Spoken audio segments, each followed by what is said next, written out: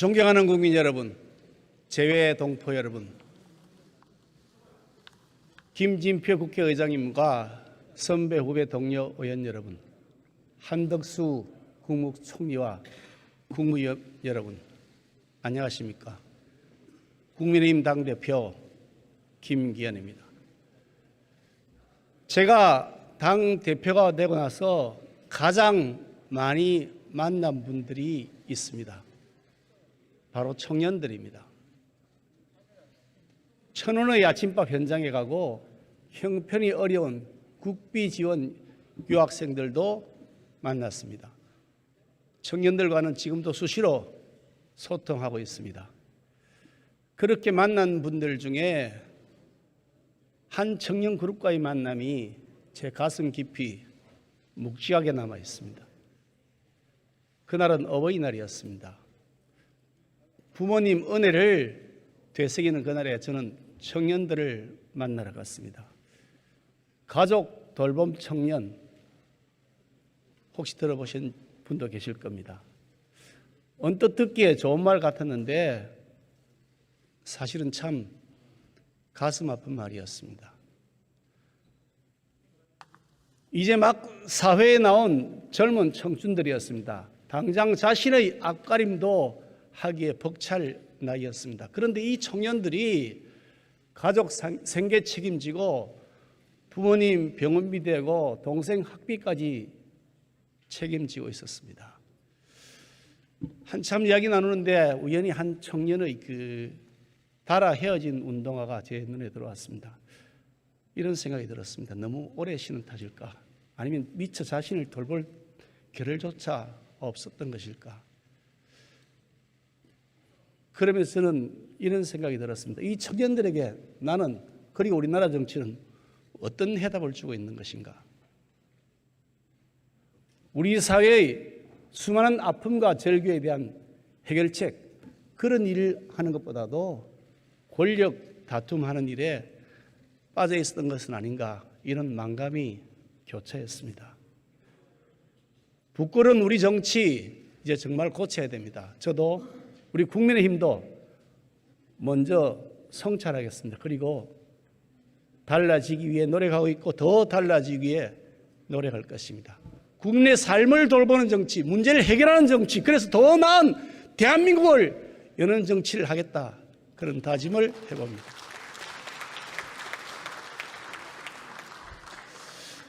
어제 이재명 대표님 말씀 잘 들었습니다. 어지간하면 제가 이 말씀 안 드리려고 그랬는데 참으로 안타깝게도 동의하기 어려운 장황한 궤변이었습니다. 사법 리스크, 돈봉투 비리, 남탓 전문, 말로만 특권 포기, 사돈 낱말 정당 대표로서 하실 말씀은 아니었습니다.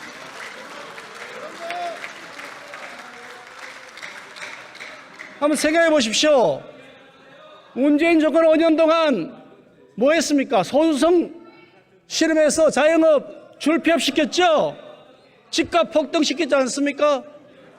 전월세 대란 만들었지 않습니까?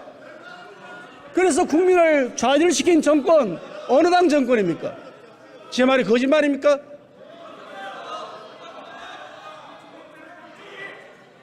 미신의 사도 빈 탈원전, 태양광 마피아, 세금 폭탄, 흥청망청 빚어서 나라 살림 망쳤던 민생 포기, 경제 포기했지 않습니까?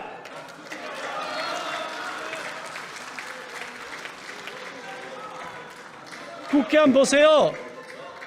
공수처, 검수완박, 엉터리 선거법 날치기 처리, 이런 정쟁하고 조국 같은 인물이나 감싸고 돌던 반쪽짜리 대통령,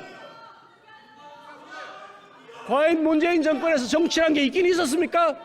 제 마음대로였죠. 야당 대표라는 분이 아무리 그래도 그렇지 어떻게 중국 대사 앞에 가서 조아리고 훈계 듣고 옵니까? 이게 외교입니까? 이게 굴종적인 사회주의죠.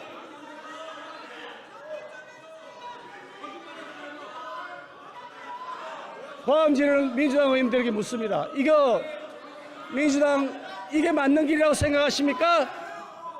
도대체 국민을 실망시켜서 민생을 구렁텅이에 빠뜨렸던 문재인 정권 5년에 대한 반성과 사과는 왜 하나도 없는 겁니까?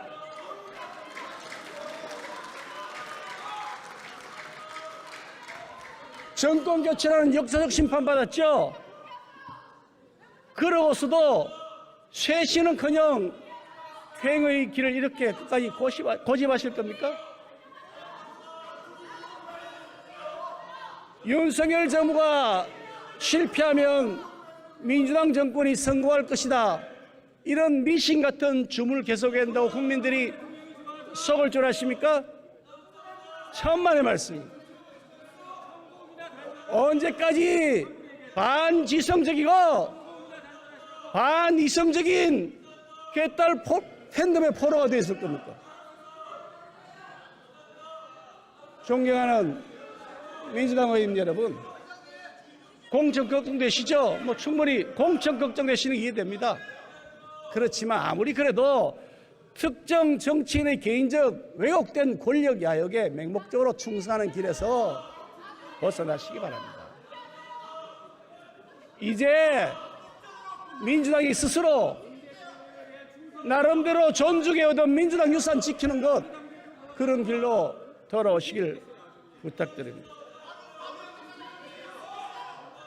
저는 순리와 상식을 믿겠습니다. 민주당의 정상화를 저는 기다리겠습니다. 존경하는 국민 여러분, 오늘날 대한민국은 역사상 가장 찬란한 시대를 열었습니다. 전 세계가 우리 문명과 기술에 찬사를 보냅니다. 우리가 G8 국가 반열에 우뚝 올라섰습니다. 위대한 국민이 만들었던 위대한 기적입니다. 그런데 문제는 우리의 내일입니다. 혹시 지금이 우리의 최고 정점이고 이제부터 내리막길은 아닐까? 많은 국민이 미래를 불안해하고 있습니다. 대한민국 성장판이 닫히진 않을까 걱정하고 있습니다. 저성장 공포가 경제를 무겁게 짓누릅니다. 반도체, 2차 전지, 자동차 조선업에서는 나름 선전하고 있습니다. 그렇지만 아직 AI, 로봇, 차세대 모빌리티, 우주항공, 방위산업 분야는 여전히 기술 격차의 벽이 높습니다.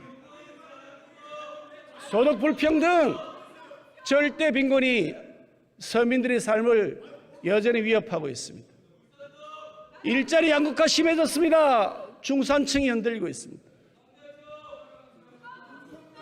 결혼 포기 시대에 접어들었습니다. 이대로 가면 국민연금, 건강보험, 기금 고갈 시간 문제입니다. 다 잘 아시지 않습니까? 하지만 저는 믿습니다. 우리 대한민국은 인류 현대사에서 가장 빛나는 기적의 이정표를 만들어 온 나라입니다. 우리는 이 기회를 퀀텀 점프의 기회로 만들 수 있고 만들어야 합니다, 여러분.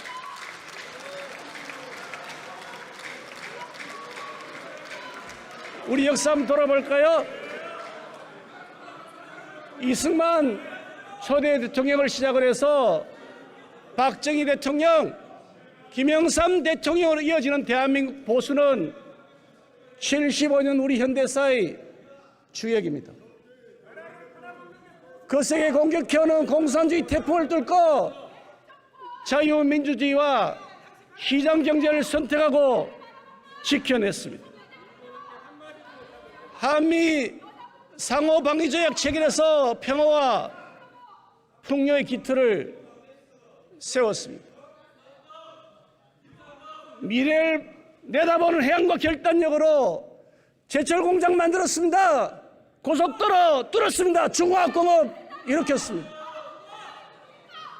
건강보험 국민연금 보수당 정권이 최초로 도입했습니다. 황량했던 국토가 울창한 숲으로 뒤덮이게 했습니다. 이 모든 결정적 변화를 이끌었던 선두에 바로 보수당이 있었습니다.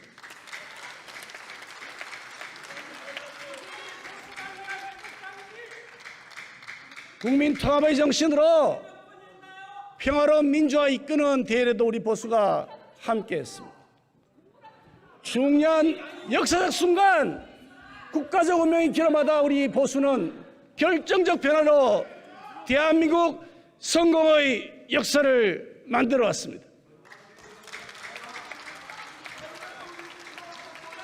그리고 오늘 이 시대는 다시 보수가 해내었고, 또 그리고 보수만이 해낼 수 있는 결정적 변화를 절실하게 요구하고 있습니다.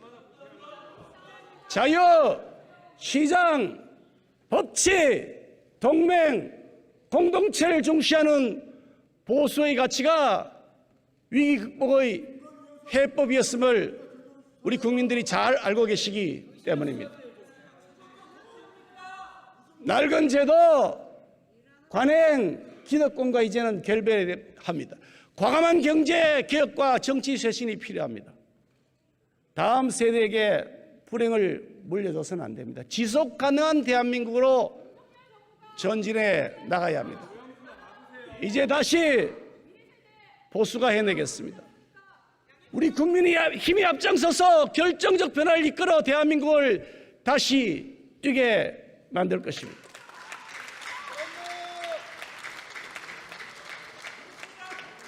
존경하는 국민 여러분, 결정적 변화가 필요한 제일 첫 번째 분야, 그것은 민생 경제 부문입니다. 노동개혁 하게 되면 가장 큰 수혜자는 노동자 자신입니다. 경직적 노사관계 일자리 증발시켰습니다. 이중적 노동시장 구조, 거대 노조의 기득권을 위한 카르텔이었습니다. 그러면서 비정규직 노동자, 실업자, 구직자는 철저하게 외면당했습니다. 거대 노조의 정치투쟁, 불법 파업의 결과가 어땠습니까? 좋은 기업 해외로 떠났습니다. 글로벌 기업 한국 기피했습니다. 그래서 일자리 없어졌습니다. 사실 아닙니까? 결국 어떻게 되었느냐? 힘없는 진짜 노동자, 그리고 국민들만 손해를 본 겁니다. 이제 변화가 시작되었습니다. 윤석열 정부 들어 건폭이 멈췄습니다. 건설 현장 숨통이 트이고 공사장이 움직입니다. 민생 경제 핏줄이 다시 돈다는 얘기입니다. 노점이 실컷 내놨는데 어디 쓰인지 모르는 깜깜이 노조, 고용세습으로 청년의 기회를 차단하는 특권 대물림 노조, 이제는 사라져야 하지 않겠습니까? 노조의 투명성, 공정성 높이겠습니다. 공정채용법 추진하겠습니다.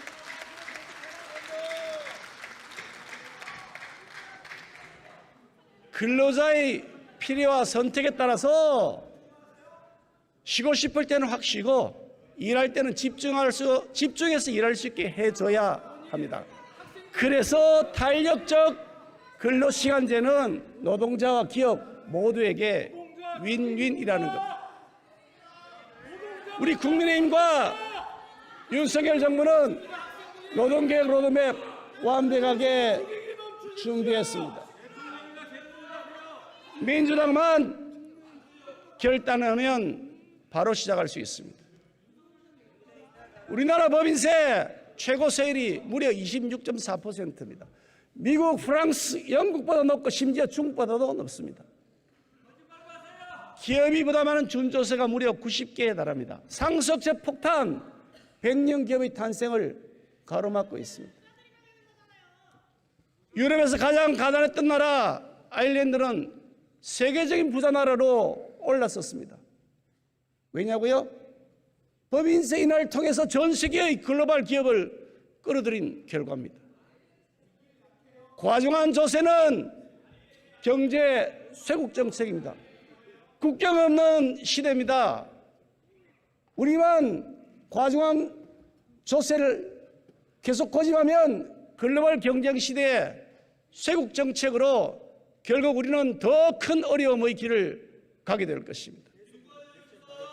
물론 세수 상황을 면밀하게 살피긴 하겠습니다만 시급한 조세 개혁 빨리 착수해 나가겠습니다. 혁신을 방해하는 낡은 규제 걷어내야 됩니다. 시장과 소비자의 자유로운 선택을 보장해야 경제가 발전하는 겁니다. 적극적인 중재와 조정으로 새로운 산업 연착륙을 돕겠습니다. 불공정, 독과점 깨뜨리고 자유경쟁 촉진하겠습니다. 그것만이 살 길입니다. 그래서 우리 민생경제에 결정적인 변화를 일으켜 대한민국의 성장판을 다시 열겠습니다.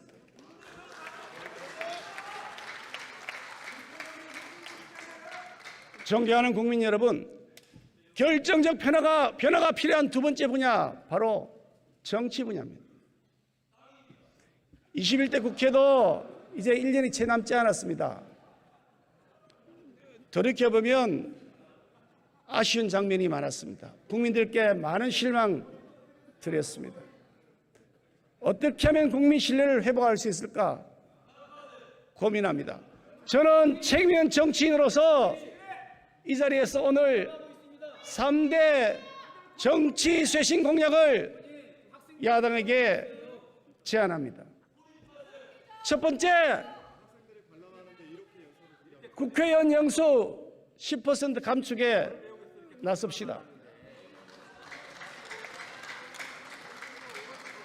국회의원 숫자가 많으냐 적으냐 갑론을박이 있습니다. 그런데 정답은 국민입니다. 주권자인 국민들께서 많다고 하면 다 이유가 있는 겁니다.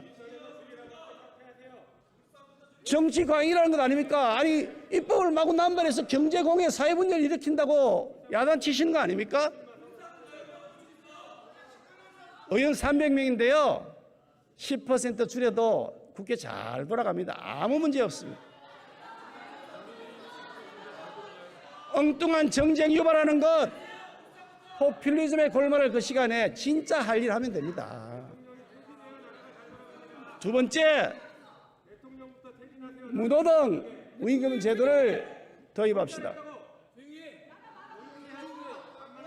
김남국 의원처럼 무단결근 연락두절에 치과까지 해도 꼬박 봉급 나오는 세상에 그런 직장이 어디 있습니까? 안 그래도 일하지 않는 국회, 개점협 국회라는 오명을 쓰고 있습니다. 이제 출근 안 하고 일 안 하면 월급도 안 받는 것이 상식이고 양심이라는 것을 우리도 깨달아야 합니다. 세 번째, 국회의원 불체포 특권 진짜로 포기합시다. 이재명 대표께서 어제 하신 말씀, 불체포 특권 포기하겠다는 말씀 만시지탄이지만 긍정적으로 평가합니다. 그러나 성결해야 할 일이 있습니다. 이재명 대표께서 국민들 앞에 불체포 특권 포기하겠다고 여러 차례 약속했습니다. 대선 때는 공약까지 했고요. 지방선거 때도 육성으로 직접 말씀하셨습니다. 그런데 손바닥 뒤집듯 뒤집었습니다. 제 말이 사실이잖아요. 국민 속인 겁니다. 맞잖아요. 그러니 적어도 정치 지도자로서 책임 있는 역할을 하신다면 정중한 대국민 사과부터 하는 것이 그게 도리입니다.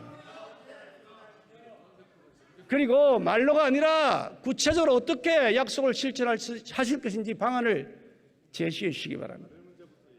국회가 드디어 불체포 특권을 포기할 때가 됐습니다. 우리 모두 불체포 특권 포기 서약서에 서명할 것을 제안합니다.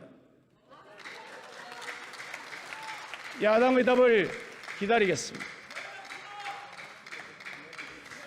세 번째로 결정적인 변화가 필요한 분야가 바로 지속 가능한 사회로 대전환해야 한다는 것입니다. 존경하는 국민 여러분, 베네수엘라는 지금도 세계적인 자원 강국입니다. 한때 남녀의 보석이라고 불릴 만큼 잘 살았던 나라입니다. 그런데 순식간에 세계 최빈국으로 추락했습니다. 포퓰리즘이 낳은 정치의 비극입니다. 그런데 이것이 저는 남의 일처럼 보이지 않습니다. 지난 문재인 정권 5년 동안 직접 경험했기 때문입니다. 우리도 결코 안심할 수 없다는 생각이 들었습니다. 문재인 정권 한번 볼까요? 지난 5년 동안 정부 예산 1년 예산이 200조 원이 늘어났습니다. 건국 이후에 70년 세월, 무려 70년 세월 동안 문재인 정권 때까지 쌓인 부채, 국가 채무가 660조 규모였는데요. 문재인 정권 5년 동안 얼마 늘은 줄 아십니까? 400조가 늘었습니다. 400조. 400조 더 넘어요. 이거 우리 민주당 의원님들 봉급 들어서 갚으실 거 아니잖아요. 세상에 어떻게 이렇게 무책임한 정권이 있습니까? 그 돈 누가 갚습니까? 우리 청년들이 나중에 훗날 갚아야 됩니다. 그런데 청년들이 훗날 아무리 빚 갚더라도 그건 내 퇴임 후일이다. 나는 알 바 아니다. 일단 무조건 빚어도 썩어보자. 그러면 안 되죠. 그건 책임 있는 정치인이 아닙니다. 이제 달라집니다. 우리 국민의힘과 윤석열 정부의 선택은 완전히 다르다는 것을 보여드릴 것입니다. 13년 만에 예산 긴축에 나섰습니다. 정말 어렵고 용기 있는 결정적 변화라고 말씀드릴 것입니다. 재정 지출 가져다 주는 반짝 효과 정말 매혹적입니다. 유혹합니다. 늘 우리는 그런 유혹에 노출되어 있습니다. 하지만 적어도 책임 있는 정치라는 그런 유혹을 이겨내야 합니다.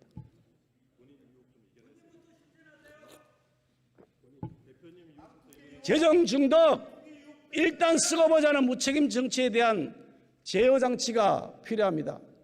재정 준칙, 이거 문재인 정부 시절에 하자고 했지 않습니까? 근데 말만 해놓고 왜 안 해요? 이제 윤석열 정부는, 우리 국민의힘은 재정 준칙을 도입할 것입니다. 전쟁,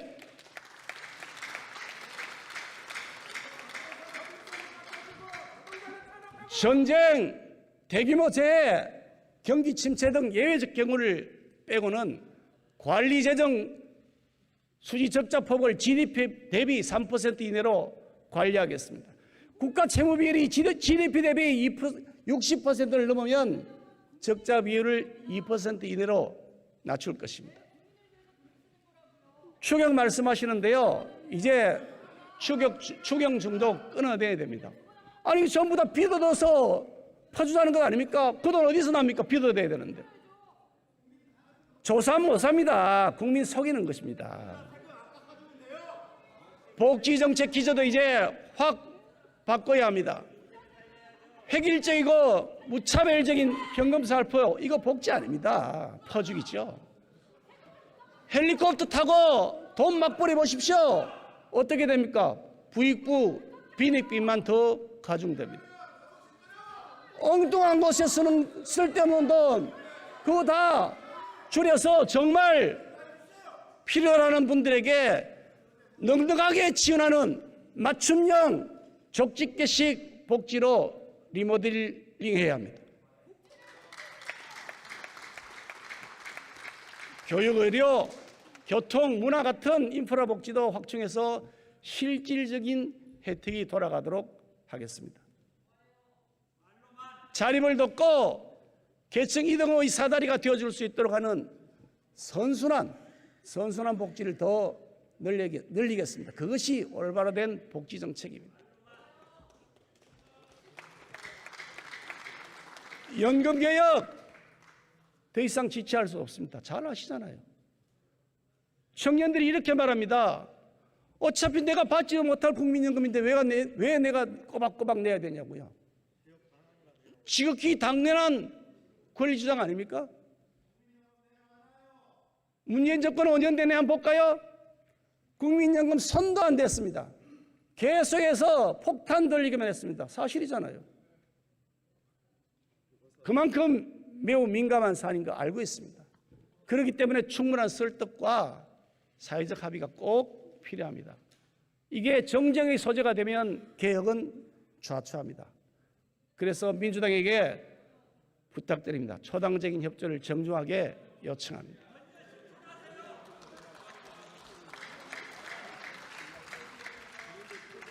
존경하는 국민 여러분, 지금은 사뭇 다른 미래가 우리 눈앞에 다가와 있습니다.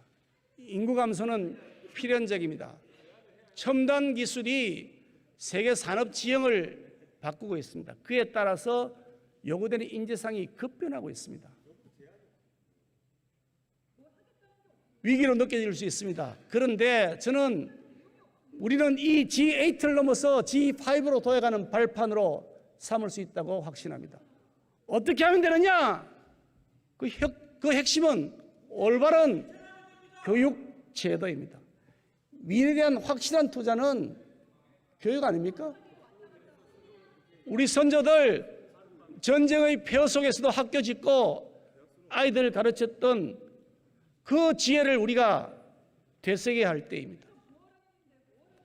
AI, IT 소프트웨어, 반도체, 2차 전지, 우주항공, 방위산업 이런 분야에 더 많은 인력, 더 좋은 인재를 원하고 있습니다. 국가가 이 인재들을 체계적으로 양성해야 합니다. 그래서 대학 구조개혁이 절실하게 필요합니다. 디지털 교육 혁신도 하루빨리 시작해야 합니다. 직업훈련 기회를 폭넓게 제공해서 직업의 변화에 따른 직업 간 자유롭고 활발한 이동을 돕도록 하겠습니다. 기초학력 미달, 교실 붕괴, 교권 추락을 해결해야 할 때가 됐습니다. 학부모가 우리 아이를 안심하고 보낼 수 있어야 되지 않겠습니까? 저출산 고령화 문제는 오랜 숙제입니다만 투 트랙으로 동시에 접근해야 됩니다. 먼저 출산과 혼인 여건을 개선하는 것입니다. 결혼을 하고 싶어도 아이 낳고 싶어도 결국 못하게 되는 이유는 뭡니까? 경제적인 어려움, 미래에 대한 불안 때문 아닙니까? 그래서 먼저 이 주거 불안정 문제를 해결해야 됩니다. 문재인 정부 많은 실패를 했지만 그중에 가장 큰 실패 중에 하나는 주택 정책입니다.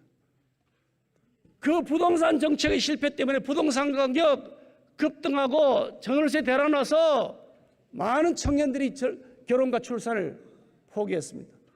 내가 아무리 벌어도 집을 살 수 없다는데 어떻게 결혼하겠습니까? 내 집 마련의 길을 이제는 활짝 열어드려야 됩니다. 윤석열 정부 들어 주택 가격이 하향 안정 추세로 접어들었습니다. 이제 적은 이자 부담으로도 필요한 주택 자금을 청년들이 마련할 수 있도록 규제를 풀고 지원을 강화하겠습니다. 지금보다 좀 더 넓고 좀 더 편리하고 좀 더 접근성이 뛰어난 공공주택의 공급 역시 확대해 나가겠습니다. 집값 걱정 없이 결혼하고 평수 걱정 없이 아이 낳을 수 있는 대한민국 만들어 가겠습니다. 집 문제, 이어서 두 번째 일자리 문제입니다. 적정 소득이 보장되는 양질의 일자리가 더 많아져야 됩니다. 통계적으로 비정규직 저임금 근로자일수록 결혼 의사가 현저히 떨어집니다. 그래서 앞서 말씀드린 노동개혁은 가장 효과적이고 근본적인 저출산 해결책이기도 합니다. 두 번째로 필요한 접근, 인구 감소에 대한 대안의 시급한 마련입니다. 결혼 출산이 아무리 증가한다 하더라도 인구 감소 흐름 자체를 지금 당장 피할 수가 없습니다. 그래서 세수 악화에 따른 사회보장제도가 붕괴되고 병력 부족에 따른 국방의 약화, 인구구조 불균형에 따른 사회문화적 침체는 아마도 우리의 현실이 될 것입니다. 이미 우리 경제는 외국인 근로자에게 크게 의존하고 있습니다. 또한 소멸위기의 지방, 인력난에 허덕이는 기업은 일할 사람을 찾을 수가 없다고 합니다. 결국에는 이민 확대가 불가피한 대안이 될 가능성이 매우 높습니다. 이민 확대 어전다를 놓고 국민 총의를 모으겠습니다. 예상되는 부작용과 혼란을 꼼꼼히 검토하고 철저하게 빈틈없이 대비하겠습니다.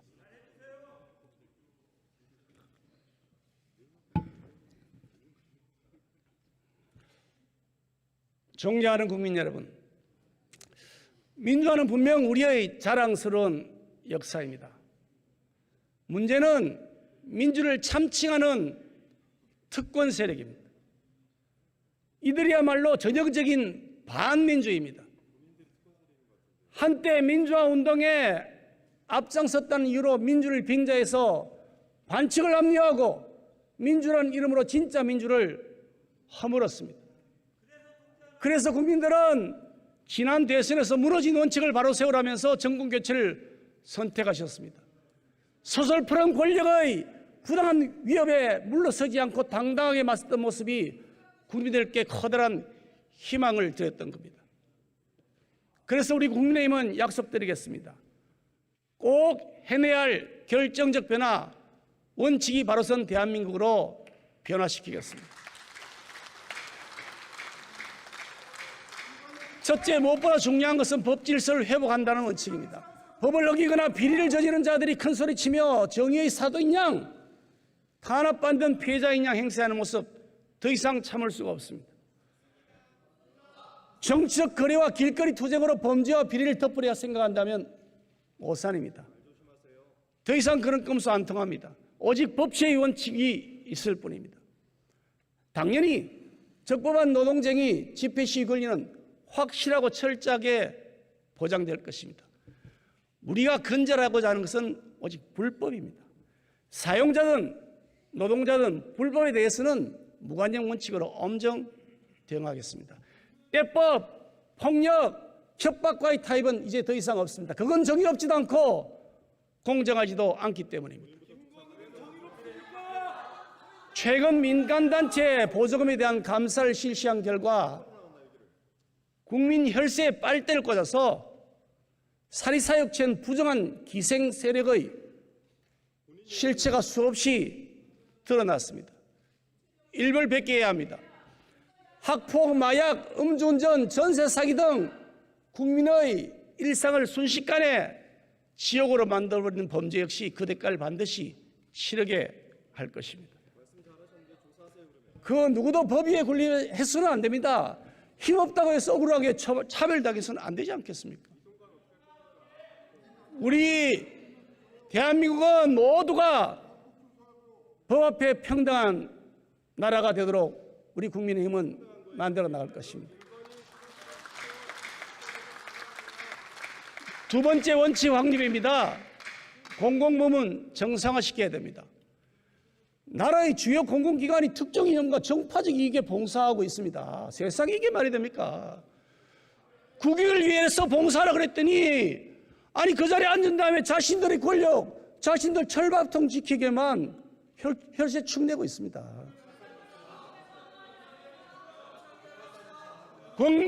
국민의 권리 수호, 최후의 보루, 사업부 어떻습니까? 가장 엄격한 공정성과 정치적 중립성이 요구되는데 여기에 우리 법, 국제인권법, 민변의 우국민으로 구성된 사업부가 정의를 수호하는 것이 아니라 그들만의 출세와 정파적 이익을 수호하는 데 앞장서 왔던 많은 사례들이 있습니다. 용서받을 수 없는 일입니다.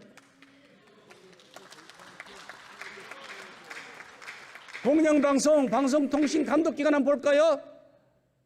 철저하게 정치와 편향화 사유화되어 있습니다. 결코 방치하지 않겠습니다. 반드시 정상화시키겠습니다. KBS 수신료 분리징수하겠다 했더니 국민들이 환호성입니다. 왜 환호성 하시겠습니까? 아니 한쪽 주장하면 일방적으로 퍼다르니까 그렇죠. 이건 공영방송이 아니죠. 민주당, 민노총 프로파간다 매체 아닙니까? 국민에게 돈 달라고 손 내밀 자격조차 없습니다.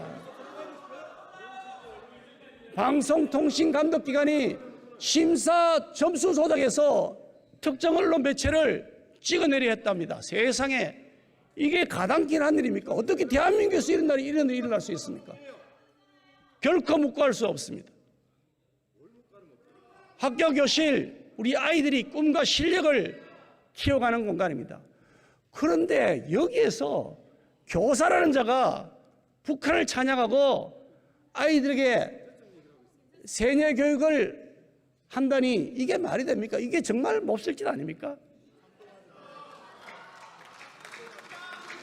그런데 정교조 출신 야당 편향 교육감들은 교실의 정치화를 해결하기는커녕 오히려 더 방조하고 있습니다.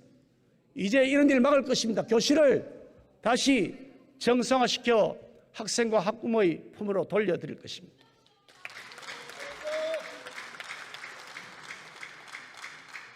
국민 혈세로 운영되는 공공부문이 사상적 진지전의 전초기지로 악용돼서는 결코 안 됩니다.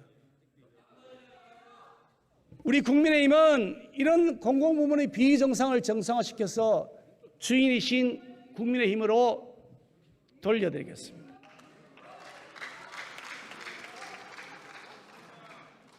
세 번째 원칙, 언제나 국민 이익이 최우선이라는 원칙을 이제는 회복하겠습니다.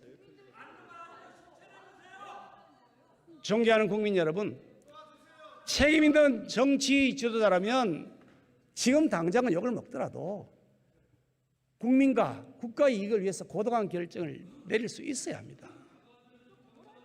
이승만 대통령의 농지개혁, 박정희 대통령의 한일 국교 정상화, 김영삼 대통령의 금융실명제 도입 같은 것이 그 대표적인 예입니다. 김대중 대통령, 노무현 대통령 역시 때로는 지지층의 반대를 무릅쓰고 고독한 선택을 한 바 있습니다. 하지만 문재인 대통령은 어땠습니까? 국익 저버리고 정파적 이익을 앞세웠지 않습니까? 죽창가 부르면서 조직적으로 반일 선동 주도했죠. 그 후유증으로 인한 부담 오롯이 우리 국민들이 지금 지고 있습니다. 그래서 윤석열 대통령의 한일 관계 정상화 노력은 국민적 이익, 국가의 앞날을 생각하며 내린 고독한 결단입니다.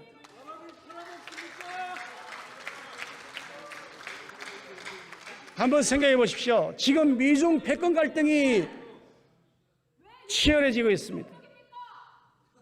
세계가 자유진영과 반자유진영으로 이게 딱 쪼개졌습니다. 이런 상황인데 우리 대한민국의 평화, 발전, 번영을 위해 어떻게 해야 되겠습니까? 한미동맹을 더욱 단단히 다져야 하지 않겠습니까? 거기에 대해서 한미일 3국 공조가 절실합니다. 그것이 대한민국의 생존 전략입니다. 그래서 한일 관계의 선제적 보고는 탁월한 외교 전략인 것입니다.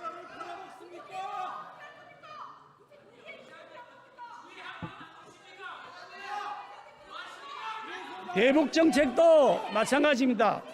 우리 국민과 북한 주민의 이익이 아니라 세상의 인권 탄압하는 세습 독재자 김정은의 이익을 대변했던 문재인 정권 대북 정책 완전히 바꿀 겁니다. 강력한 동맹과 든든한 자주 국방력으로 적을 압도하는 것이 진정한 국익이자 진짜 평화입니다.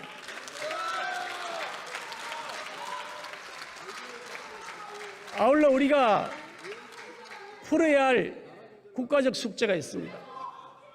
상호주의에 입각한 대외관계의 확립입니다. 특히 한중 관계에서 이런 문제들이 많이 있습니다.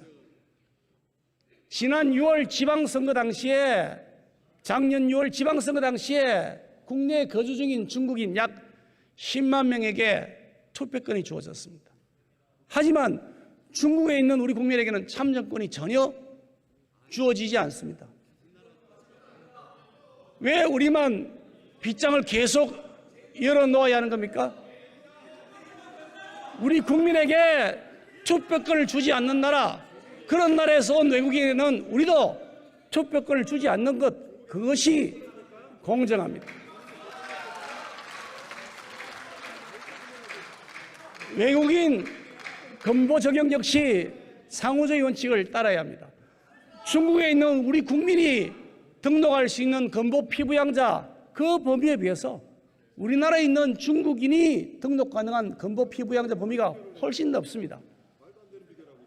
중국인이 더 많은 혜택을 누리고 있는 겁니다. 부당하고 불공평한 겁니다.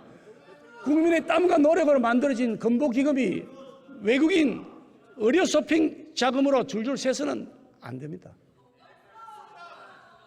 건보 먹튀, 건보 무임승차 막겠습니다.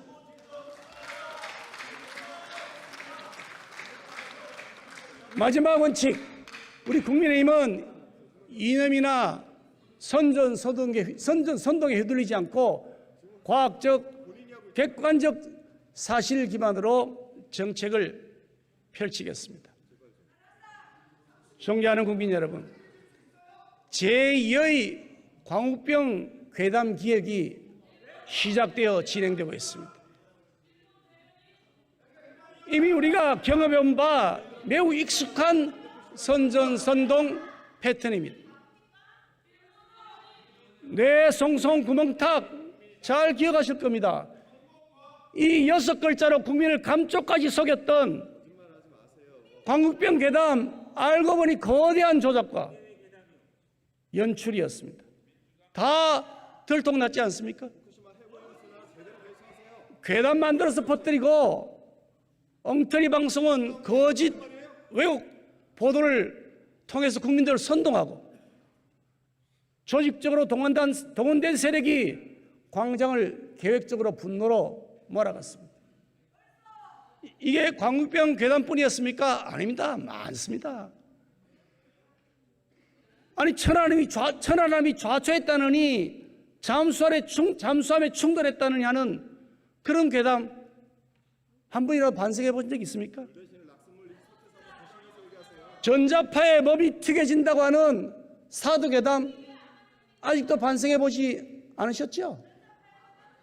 나쁜 세력은 어김없이 나타나서 허위사실 유포해 되었고, 그때 활약했던 가짜뉴스 전공자들이 또다시 등장했습니다. 알고 보니까 지금 민주당하고 찰떡공전을 하고 있다면서요.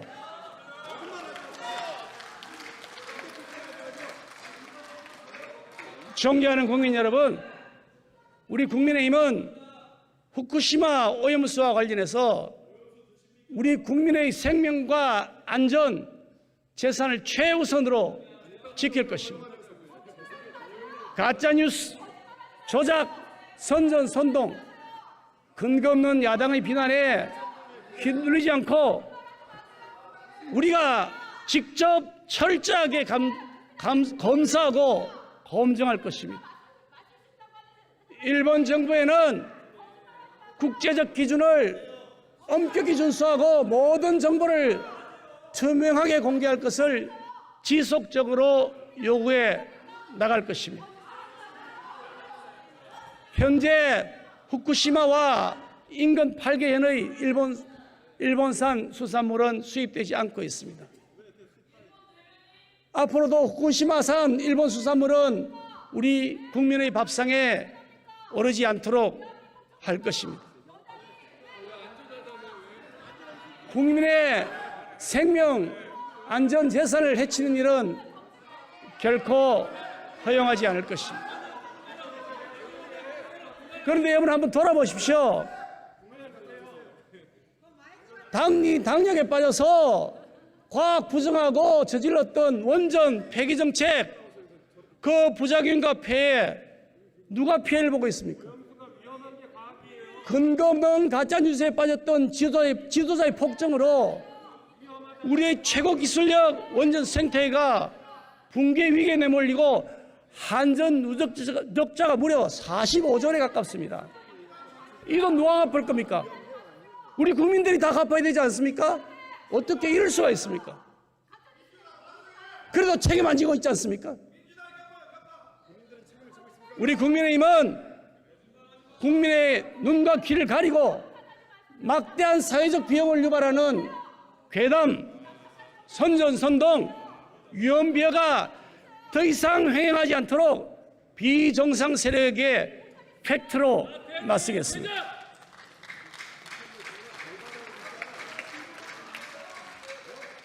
과학과 객관적 지시를 토대로 정확하게 판단하고 그 판단에 기초해서 정책을 추진하는 정상적인 국정을 회복하는 원칙을 집행해 나갈 것입니다.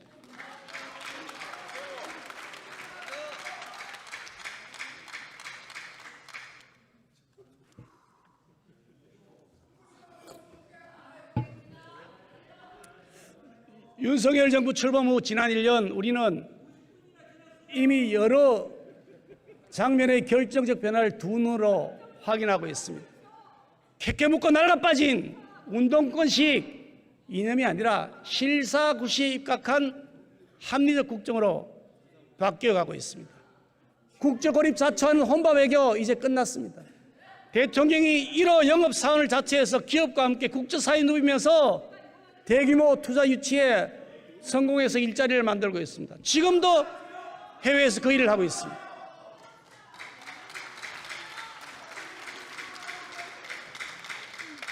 국민 갈라치는 분열의 정치 이제 막 내렸습니다. 국민을 섬기는 포용과 통합의 정치를 계속해 나가겠습니다. 우리 국민의힘은 결정적 변화를 통해서 대한민국을 희망이 살아 숨쉬는 나라, 공정과 상식이 통한 나라로 만들어 가겠습니다.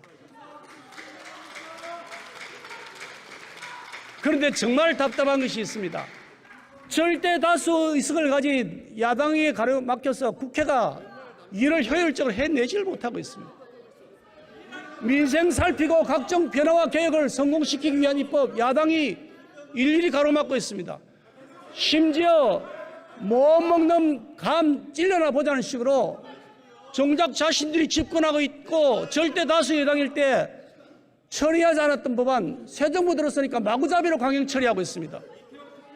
그 좋은 법 왜 그때 추진 안 했습니까? 저희 국민의힘 국민 여러분들의 요구 수준에 아직도 부족한 것이 많이 있습니다.